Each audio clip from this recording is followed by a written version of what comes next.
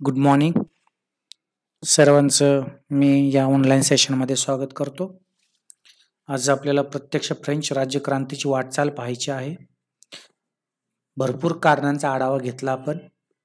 आता इथं मी रिपीट करणार नाही, कारण की सामाजिक, आर्थिक, राजकीय, वैचारिक कारणांचा आढावा घेतला आपण. फार मोठ्या प्रमाणामध्ये याची 4 सेशन आपण घेतली. आता आज आपल्याला फ्रेंच राज्यक्रांतीची वाटचाल जी आहे ती कशी घडून आली, कोणकोणते घटनाक्रम घडले, काय बदल झाले, काय स्थलांतर झालं, काय परिवर्तन झालं, किंवा ही क्रांती म्हणजे निश्चितपणे कोणाचं एक स्थान डळमळीत झालं आणि कोणाचा दर्जा उंचवला, कोणती व्यवस्था अवलंबली गेली, या सर्व गोष्टींचा आढावा आपल्याला याच्यातून येईल आणि या कारणांचं स्पष्टीकरण या वाटचालीमध्ये होईल. तर याच्यामध्ये सर्वात प्रथम जी घटना घडून आली त्याचा पहिला मुद्दा आहे की ज्यावेळेस खऱ्या अर्थाने उद्रेक घडून आला आणि उद्रेक घडून आल्यानंतर आता कुठेतरी राजकीय धोरणांमध्ये बदल करणं आवश्यक आहे. राजकीय धोरणांवरती चर्चा करणं गरजेचं आहे.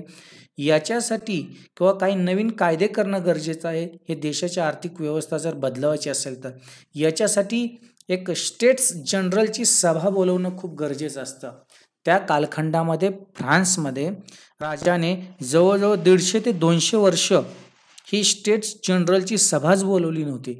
म्हणजे कायदे मंडळाची जर सभाच नसेल तर कायदे बनणार कसे, आणि कार्यकारी मंडळच अस्तित्वात नसल्यामुळं कायदे लावणार कसे, आणि त्या कायद्यांचं उल्लंघन होतंय का नाही किंवा कायदे नियमित पद्धतीने राबवले जात आहेत का नाहीत, याची एक थर्ड पार्टी म्हणून न्यायमंडळ जे असतं त्या न्यायमंडळाकडेही कुणाचं लक्ष नव्हतं. मग अशा पद्धतीनं उद्रेक निर्माण झाल्यानंतर किंवा जे तुर्गी, नेकर, बियेन या अर्थमंत्र्यांनी कर लादणं हे खूप महत्त्वपूर्ण आहे. आणि ह्या कराशिवाय आपल्याला नवीन कर्ज काढता येणार नाही. आणि नवीन कर्ज काढणं म्हणजे जनतेवरती डायरेक्ट आणि इनडायरेक्ट परत एकदा कर बसवणं गरजेचं असतं. मग या सर्व गोष्टींसाठी स्टेट्स जनरलची म्हणजेच कायदे मंडळाची सभा बोलवण्याचं सर्वानुमते मान्य झालं जानेवारी 1789 मध्ये. याच्यावरती फार मोठ्या प्रमाणामध्ये उहापोह झाल्यानंतर त्याच्या निवडणुका घेण्यात आल्या आणि 5 मे 1789 रोजी 178 वर्षानंतर जवळजवळ स्टेट्स जनरलचं पहिलं अधिवेशन, परत एकदाचं अधिवेशन वर्साच्या राजवाड्यात बोलावलं. सर्वांना विश्वासात घेतल्याशिवाय तर नवीन कर्ज काढत नव्हतो आणि कर्ज काढणं तर खूप गरजेचं झालेलं होतं. मग अशा वेळेस काय झालेलं होतं की आता काहीतरी अचानकपणे बदल होणार आहे आणि या बदलामध्ये जर सामान्य जनतेनं स्वतः नेतृत्व करून याला विरोध नाही केला तर काय होणार होतं. आता परत ही पहिले पाडे 55 तीच पूर्वपार परिस्थिती आपल्यावरती ओढवेन म्हणून जे सामान्य जनतेने, शेतकऱ्यांनी हिंसक घटना करायला सुरुवात केली. आणि परंतु हिंसक घटना सुद्धा लष्कराच्या जीवावरती काय व्हायला लागल्या, त्या दडपून टाकल्या गेल्या. मग याच्यातून स्टेट जनरलचं अधिवेशन घेणं ठरलं आणि याच्यामध्ये आमीर उमरावांचे 285, धर्मगुरूंचे 300 व सर्वसामान्यांचे 21 प्रतिनिधी होते. याच्यामध्ये 21 प्रतिनिधींमध्ये व्यापारी, वकील, प्रोटेस्टंट पंथीय अशा वेगवेगळ्या वर्गाचे प्रतिनिधी, सर्वसामान्य प्रतिनिधी म्हणून उपस्थित होतं. पहिलं अधिवेशन भरलं. अधिवेशनामध्ये सर्वप्रथम राजा सर्वांना उद्देशून भाषण करणार होता आणि या भाषणांकडे सगळ्यांचं लक्ष लागलेलं होतं की आता राजा कोणत्या गोष्टी रिपीट करतोय, कोणते नवीन धोरणांचा उच्चार करतोय, पुनरुच्चार करतोय, या भाषणातूनच पुढील फ्रान्स भवितव्य घडणार होतं आणि राजाचंही भवितव्य घडणार होतं याच्यामध्ये. मग याच्यामध्ये त्या राजाने म्हणजे त्या लुईने, 16व्या लुईने फ्रान्सवरील आर्थिक संकट, देशाची नवीन सामाजिक रचना याबाबत नवीन विचार मांडले.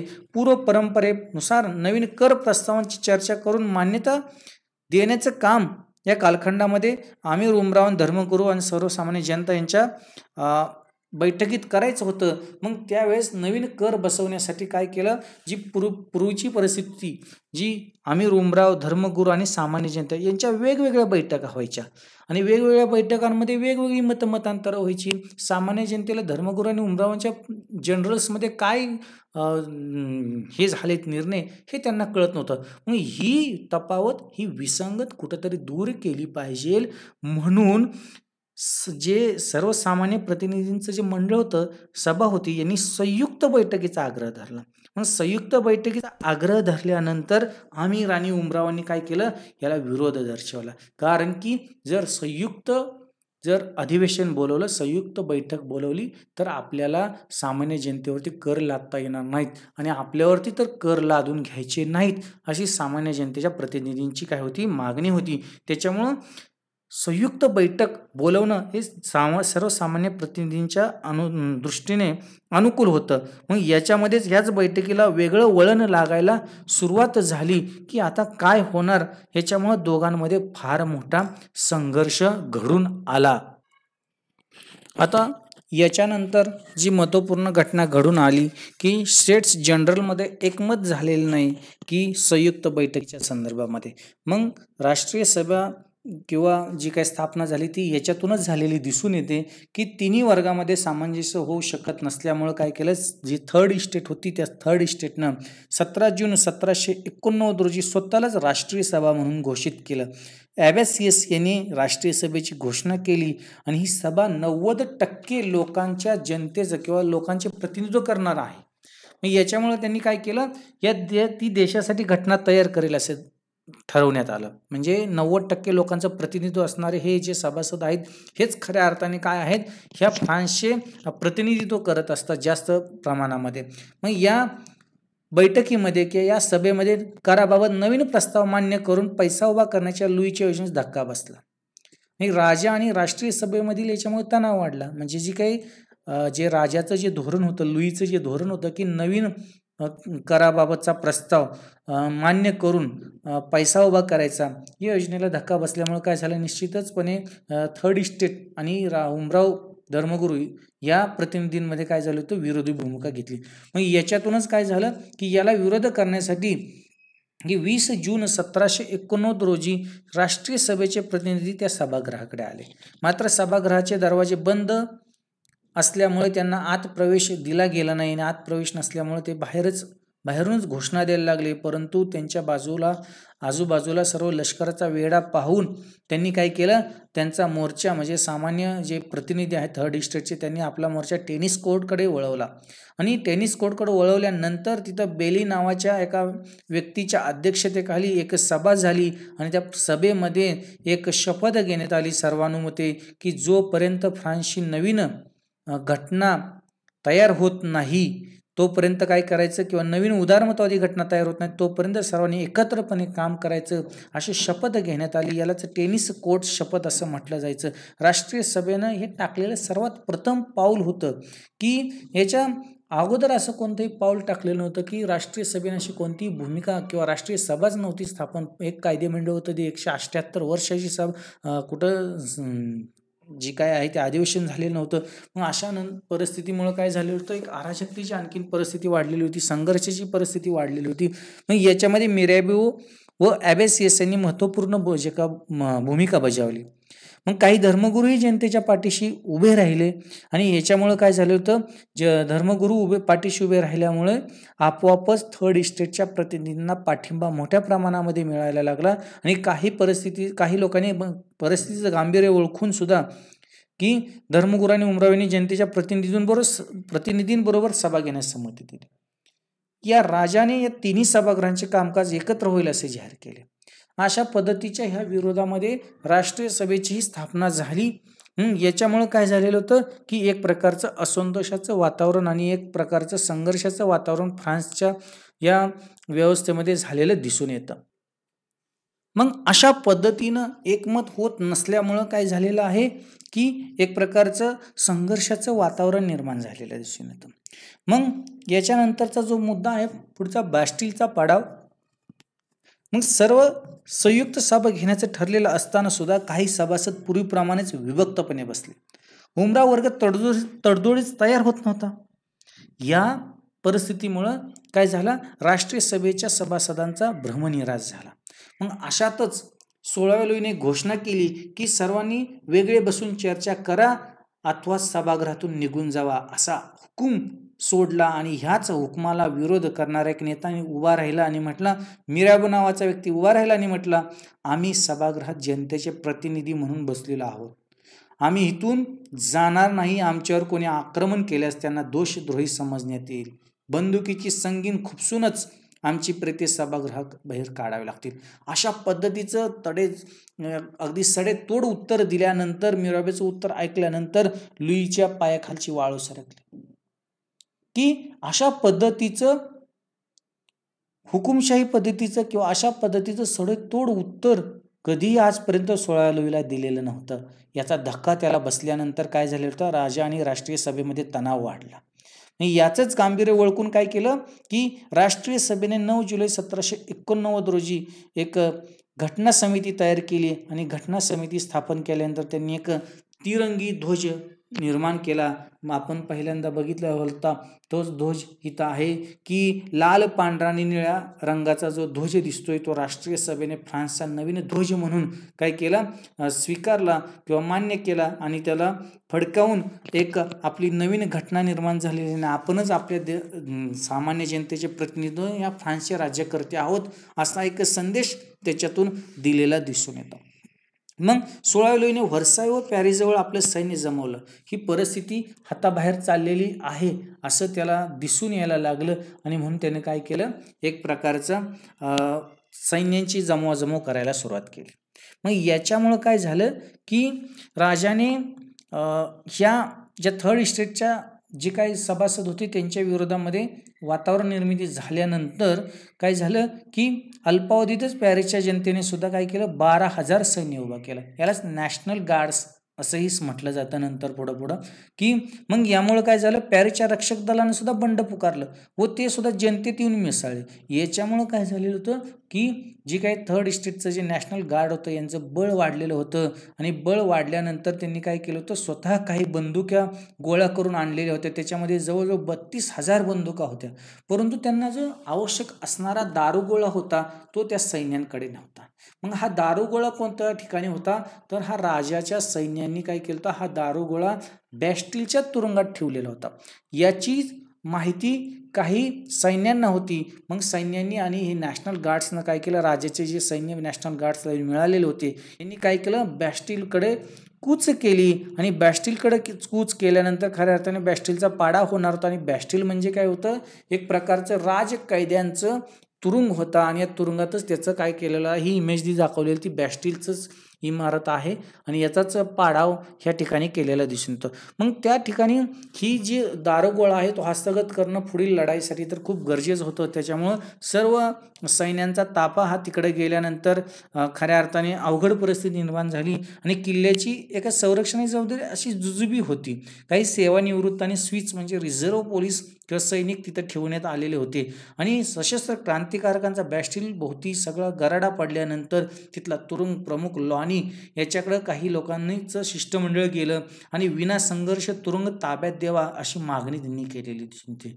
या लॉनीच्या धरसोड वृत्तीमुळे क्रांतिकारकांनी 14 जुलै 1789 या रोजी काय केलं, बॅस्टिलवर हल्ला केला आणि या हल्ल्यामध्ये 200 लोक ठार झाले आणि क्रांतिकारकांचा विजय झाला. आणि या विजयामुळं काय झालं तर किल्ल्यातील जी राजकैदी होते, राजकैदी सुद्धा काय झाले, मुक्त झाले. हे खऱ्या अर्थाने गुलामीचं म्हणजे काय होतं की ज्यांनी विरोध पत्करला ते राजकैदी तिथे त्या तुरुंगामध्ये होते आणि याच्यातून काय झालं होतं की दारुगोळाही मिळाला आणि काय झालं, एक प्रकारचे राजकैदीही सुटलेले दिसून येतात. मग त्यांनी काय केलं, या किल्ल्यावरील बुरबॉन घराण्याचा जो श्वेत किंवा पांढरा ध्वज होता तो काढला आणि सभेचा तिरंगी झेंडा फडकवला. याच्यातून काय झालेलं होतं की एक प्रकारचं एक प्रतिकात्मक जो तिरंगा होता बुरबॉन घराण्याचा, पांढरा ध्वज होता बुरबॉन घराण्याचा, तो काढल्यामुळं काय झालं होतं आणि नंतर राष्ट्रीय सभेचा ध्वज लावल्यामुळं एक प्रकारचा विजयी भावना निर्माण झाल्याची एक जल्लोष त्यांनी त्या ठिकाणी केला सैन्यांनी. आणि तो दिवस होता 14 जुलै 1789. हा दिवस फ्रान्समध्ये राष्ट्रीय दिवस म्हणून साजरा केला जातो. अशा पद्धतीने बॅस्टिलचा पाडाव झाल्यामुळे काय झालं, राष्ट्रीय सभेच्या लष्कराने एक अभूतपूर्व विजय मिळवलेला होता आणि याच्यामुळे क्रांतिकारकांच्या या यशामुळे काय झालेलं होतं की या जुलमी राजवटीला एक प्रकारचा धक्का बसलेला होता. आणि बॅस्टिलच्या पाडावाची हकीकत ऐकून तर 16 लुई म्हणला की हे एक फार मोठं बंड आहे. तेव्हा हकीकत देणारा सेवक तिथं होता आणि तो दुरुस्ती करून काय म्हटला की हे बंड नसून फार मोठी क्रांती आहे आणि ही क्रांतीची नांदी आहे. इथून पुढे फार मोठी क्रांती घडेल, फार मोठा बदल या फ्रान्सच्या राज्य व्यवस्थेमध्ये होईल, समाज व्यवस्थेमध्ये होईल. ही बदलाची नांदीच खऱ्या अर्थाने ठरलेली दिसून येते. अशा पद्धतीनं थोड्या थोड्या का घटना होईना काय व्हायला लागलेल्या होत्या, बदलायला लागलेल्या होत्या आणि याचा परिणाम निश्चितचपणे फ्रान्सच्या जनतेवरती होत असलेला दिसून येतो.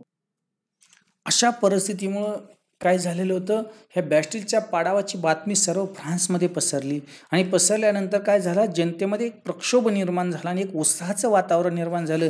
मग प्रत्येक घटकाने या बदलामध्ये सहभाग नोंदवला. शेतकऱ्यांनी काय केलं की महसुली अधिकाऱ्यांना चोप दिला. कित्येक जमीनदार आमिर उमरावांना ठार मारण्यात आलं. उमरावांचे वाडे जाळण्यात आले, धर्मगुरूंचे मठ जाळण्यात आले, जमिनीचे कागदपत्र जाळण्यात आली. अशी जनता जी काय वर्षानुवर्ष अन्याय सहन करत होती त्यांना कुठंतरी एक प्रकारची मोकळी वाट दिसत होती, दिसेल तिथं उद्रेक करत होते.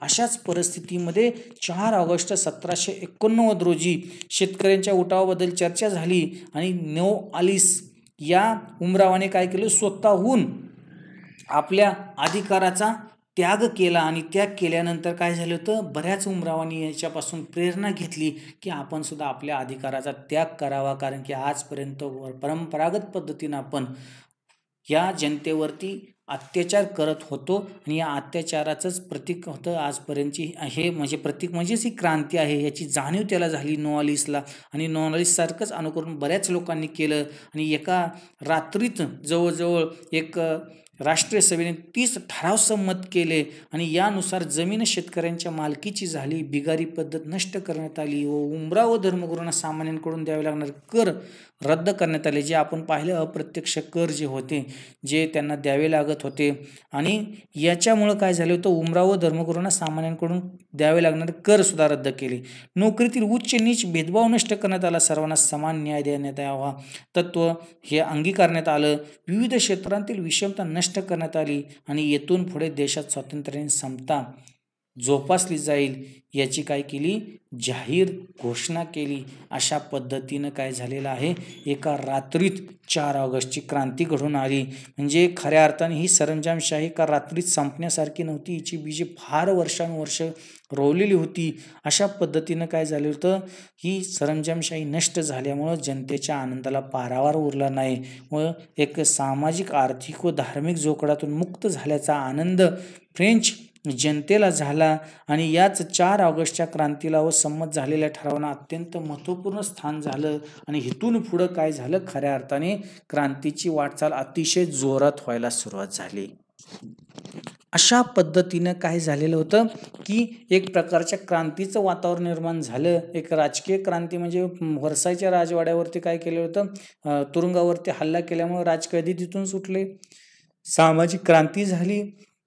याच्याही पुढं जाऊन व्हर्साय नावाचा जो काय राजवाडा होता, व्हर्साय या ठिकाणाचा जो वाडा होता, तो वाडा खऱ्या अर्थानं काय होता, या हुकुमशाहीचं प्रतीक होतं आणि याच वाड्यावरती काय झालेलं आहे की एक प्रकारचा स्त्रियांचा मोर्चा गेलेला दिसून येतो. का, कारण की जी काय मेरी अँटायनेट नावाची राणी होती लुईची, हिला काय झालं होतं, हे सहन होत नव्हतं, फ्रान्सात द्वेष यायला लागला होता. ती ऑस्ट्रियाची राणी होती, तिला फ्रान्सच्या जनतेचं खूप तिटकार यायला लागला. म्हणून तिनं काय केलं, एक प्रतिक क्रांतिकारी वर्ग निर्माण झाला होता. या क्रांतीच्या विरोधी गटाला काय म्हटलं जातं, प्रतिक क्रांतिकारक, म्हणजे ज्याला काउंटर रिव्हॉल्युशन म्हटलं जातं.